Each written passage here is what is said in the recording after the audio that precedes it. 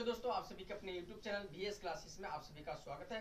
दोस्तों मैं हूं ऋषिकेश कुमार। दोस्तों आज की इस वीडियो सेशन में बात करेंगे क्लास 10th का बायोलॉजी। जी हाँ दोस्तों, आज की इस वीडियो सेशन में बात करने वाले हैं क्लास 10th का बायोलॉजी चैप्टर 1, जिसका नाम है जैव प्रक्रम। दोस्तों हम इस वीडियो के माध्यम से आपको ऑब्जेक्टिव क्वेश्चन करवाते हैं जो कि आपकी परीक्षा के दृष्टि से इम्पोर्टेंट रहने वाला है। तो दोस्तों हमने कहा था कि पिछले वीडियो में जैव प्रक्रम का हमने 60 क्वेश्चन गेस किए हैं जो कि आपके परीक्षा की दृष्टि से इम्पोर्टेंट रहने वाला है, और उसमें से हम 30 क्वेश्चन करा रखे हैं और 30 क्वेश्चन अभी बाकी है। 30 क्वेश्चन जो बाकी है उसमें से आज हम 10 करा देंगे, फिर बच जाएगा 20 क्वेश्चन। दोस्तों आप एक बात समझ लीजिए, इस वीडियो को निरंतर देखते रहिएगा, तब जाकर आपको परीक्षा में मार्क्स आएगा, ठीक है, क्योंकि आप पढ़िएगा तभी तो आगे बढ़िएगा। तो इसी कड़ी को हम आगे बढ़ाते हैं क्वेश्चन नंबर 1 से। चलिए क्वेश्चन नंबर 1 क्या कहता है, देखिए कहता है रंध्र मुख्यतः पाए जाते हैं। अच्छा दोस्तों, रंध्र मुख्यतः कहाँ पाए जाते हैं? तो हम आपको क्लास में बताए थे कि रंध्र बाबू कहाँ पाया जाता है। तो आपने बताया था कि पत्तियों में। अगर आप लोग इस वीडियो को देख रहे हैं तो आप लोगों को भी सब पढ़ाए होंगे, रंध्र जो पाए जाते हैं वो कहाँ पाए जाते हैं? तो पत्तियों में पाए जाते हैं, ठीक है। तो कहाँ पाए जाते हैं? तो पत्तियों में जो छोटे छोटे छिद्र होते हैं उसी को क्या कहते हैं? रंध्र कहते हैं। तो रंध्र मुख्यतः कहाँ पाए जाते हैं? तो पत्तियों में पाए जाते हैं। लेकिन एक बात समझ लीजिए, हम अगर ऑब्जेक्टिव क्वेश्चन है तो ऑप्शन के अकॉर्डिंग आप चलिए, ठीक है। ऑप्शन हमें क्या कह रहा है उसके अनुसार देखिए, उसके बाद आप सही का चिन्ह लगाइए, ठीक है। देखिए पहला ऑप्शन दे रखा है जड़ों पर। रंध्र मुख्यतः कहाँ पाए जाते हैं? जड़ों पर। ये बिल्कुल ऑप्शन क्या है? गलत है। दूसरा है पत्तियों पर, ये सही है। और तीसरा दे रखा है तना पर, ये गलत है। और चौथा दे रखा है, हमने ऑप्शन डी दे रखा है, इनमें से कोई नहीं। तो ये तो होगा नहीं। तो क्या हो जाएगा इसका सही आंसर? तो पत्तियों पर। रंध्र मुख्यतः कहाँ पाए जाते हैं? तो पत्तियों पर। बाबू आप लोग इस वीडियो को जरूर देखिए ताकि आपके परीक्षा में अच्छा मार्क्स आएगा। निरंतर देखते रहिए, ठीक है। VS क्लासेस यूट्यूब चैनल है, उसके साथ हमेशा बने रहिए, ठीक है। आइए आप क्वेश्चन नंबर 2 को देखते हैं। कहता है परजीवी पौधा का एक उदाहरण है। तो दोस्तों परजीवी पौधा का एक उदाहरण, परजीवी जो क्या है? जो जीवों के साथ रहते हुए भी वो अपना भोजन प्राप्त कर लेता है और वो हम लोगों को कुछ आहट नहीं पहुंचाता है। जैसे कि हमारे साथ कौन रहता है? जैसे जू यानी ढील वगैरह जो रहता है वो परजीवी होते हैं, ठीक है। वो हमारे साथ माने माथे में माने ये रहते हुए भी हमको कोई आहट नहीं पहुंचा, लेकिन फिर भी वो तो रहता है। उसी तरीके से कहता है परजीवी पौधा का एक उदाहरण है। तो पौधा की बात कर रहा है, कहता है गोबर छत्ता। ये बिल्कुल ऑप्शन गलत हो जाएगा। कारण है कि आप लोग भी क्लास में पढ़े थे क्या? परजीवी पौधा का एक उदाहरण क्या हो जाएगा? अमरबेल हो जाएगा, ऑप्शन नंबर सी। बी भी गलत हो जाएगा और डी भी गलत हो जाएगा। डी में दे रखा है ब्रायोफिलम, जो कि ये गलत है। इसका सही आंसर क्या हो जाएगा? अमरबेल। आइए अब क्वेश्चन नंबर 3 को हम देखते हैं, ठीक है। क्वेश्चन नंबर 3 क्या कहता है? मुख गुहा में आहार का कौन सा भाग पाचन होता है? क्वेश्चन बहुत इजी पूछ रहा है। अच्छे से ध्यान दो। क्यों?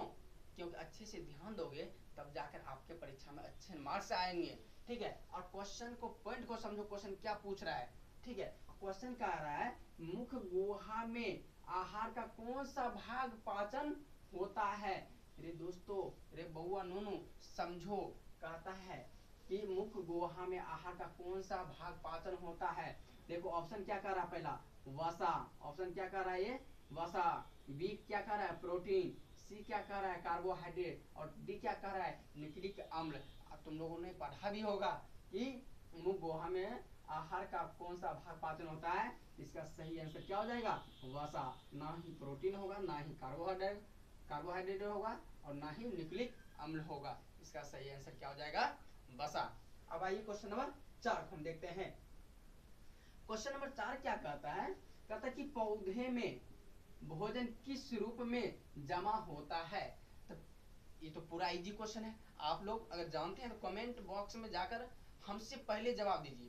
क्वेश्चन नंबर 1 जैसे बोले तो 1 का सी बी डी जो होगा उसका आप लिखकर फटाफट आप कमेंट में इसका आंसर देते जाइए, ठीक है, ताकि हमें भी लगेगा कि आप लोग जानते हैं, ठीक है, आप लोग को पता है, ठीक है।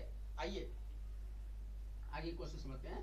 पौधे में भोजन किस रूप में जमा होता है? तो ना ही ग्लूकोज के रूप में होता है, ना ही प्रोटीन का, तो किस रूप में होता है, स्टार्च के रूप में। इसका सही आंसर क्या हो जाएगा, स्टार्च। ना ही फैटी एसिड, ठीक है, इसका सही आंसर क्या हो जाएगा, स्टार्च। ठीक है, आगे बढ़ते हैं।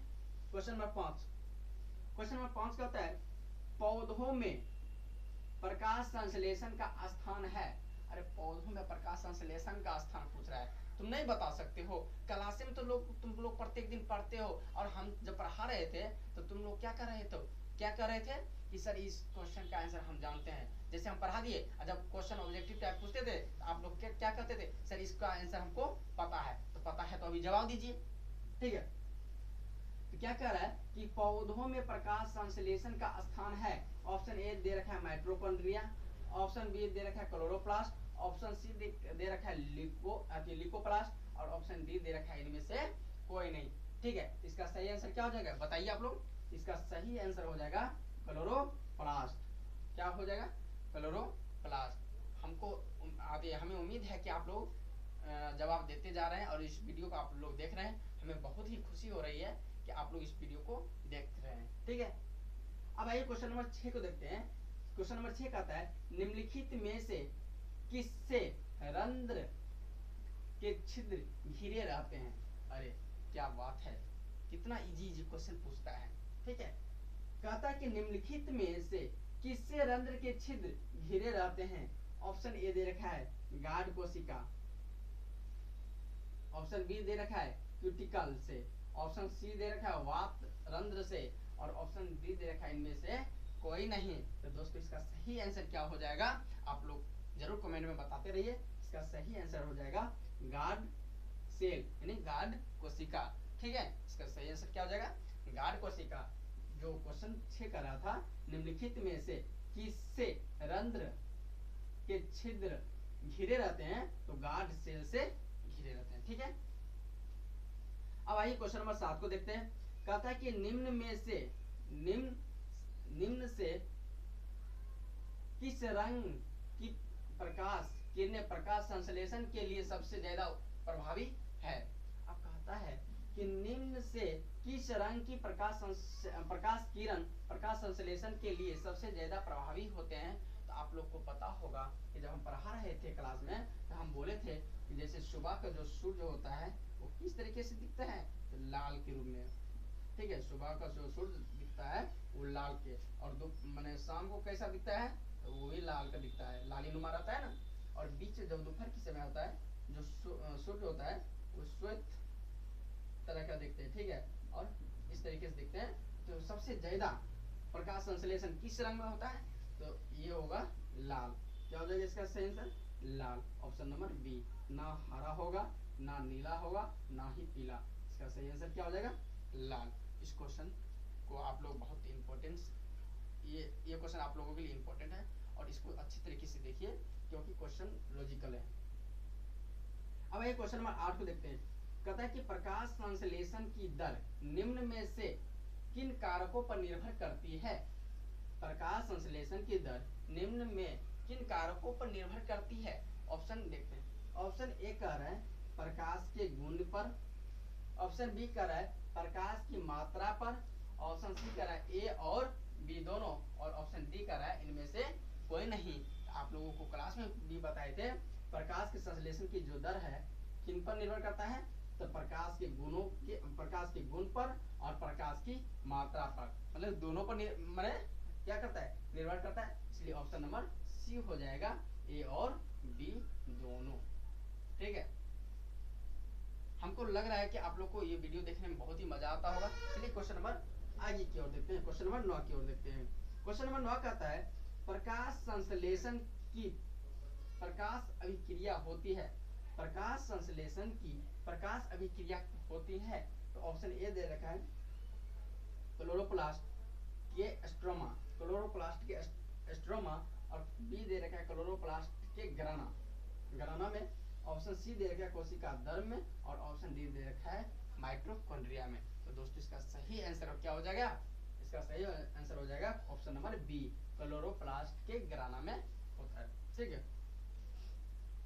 आइए अब क्वेश्चन नंबर 10 को देखते हैं। कहता है दांत का कठोरतम भाग है। अच्छा ये तो क्वेश्चन इजी है, हमको लगता है कि आप लोग हमें ऑप्शन पढ़ने से पहले आप लोग कमेंट में इसका आंसर बता दिए होंगे। हमको उम्मीद है कि आप लोग जरूर कमेंट में बता दिए होंगे। हमको बहुत ही हम जब कमेंट आपको देखेंगे तो हमको लगेगा कि आप हमसे पहले आप कमेंट में लिख दिए होंगे इसका आंसर ये होगा। तो दांत के कठोरतम भाग क्या होता है? देखिए ऑप्शन ए दे रखा है डेटाइन। डेटाइन क्या दे रखा है? डेटाइन, जो कि नहीं है, ठीक है, ये कठोरतम भाग नहीं होता है। ऑप्शन बी दे रखा है, ऑप्शन बी को हमें अभी छोड़ के आगे चलते हैं। सी नंबर मज्जा गुहा, ये तो बिल्कुल ही नहीं होगा। ऑप्शन डी दे रखा है कैनाइन, ये भी नहीं होगा। इसका सही आंसर क्या होगा? आप लोग समझ ही गए होंगे कि 4 ऑप्शन था और हम 3 ऑप्शन गलत कर दिए, तो आपको पता लग गया होगा कि कौन सा ऑप्शन सही होगा। प्यारे बच्चों, इसका सही आंसर हो जाएगा बी, इनामेल। इनामेल इसका सही आंसर हो जाएगा। क्यों? क्योंकि दांत के कठोरतम भाग क्या है? इनामेल। तो उम्मीद करता हूं दोस्तों ये वीडियो आपको अच्छा लगा होगा। चलिए मिलते हैं फिर नेक्स्ट वीडियो में, और आप लोग इसी तरीके से इस वीडियो में हमेशा बने रहिए ताकि आपको परीक्षा में अच्छे मार्क्स आ सके।